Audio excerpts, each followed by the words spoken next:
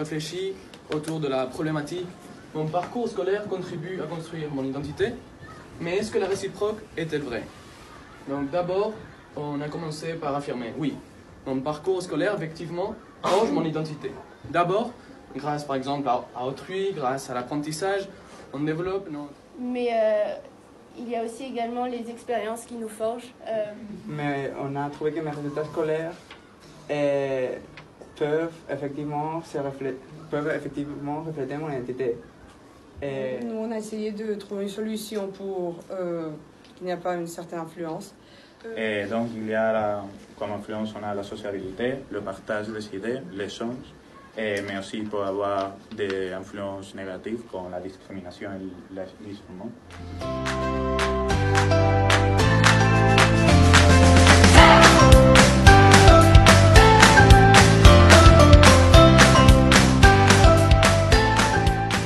Ce matin, on a fait ce qui s'appelle un forum ouvert. Donc en fait, ça consistait à développer la problématique principale en 5 autres problématiques. Et donc, Aïtana, toi, qu'est-ce que tu penses que c'est la culture d'établissement?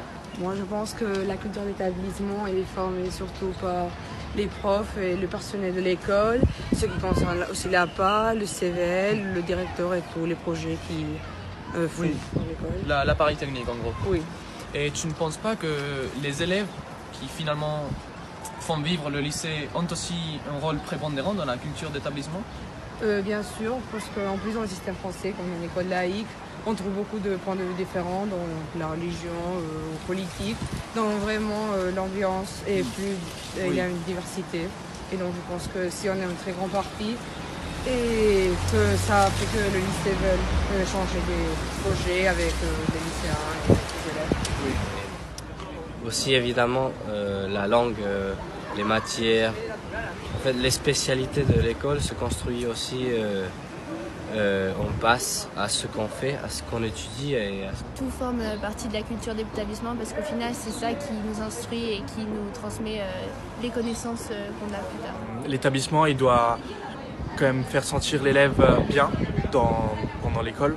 Donc si tous les élèves se sentent mal, il y a quelque chose qui ne va pas dans l'établissement et donc il doit forcément changer vu que pas tous les élèves sont les mêmes, ils rapportent tous quelque chose de différent à l'établissement et comme ça l'établissement grâce à eux il peut s'évoluer. C'est une très bonne idée que le CVL aille dans les classes dès la seconde pour illustrer les élèves et pour leur faire comprendre que leur identité et leur parcours scolaire ils vont ensemble, c'est quelque chose d'indissociable et qu'ils doivent vraiment réfléchir à leur parcours, au parcours qu'ils veulent suivre pour après.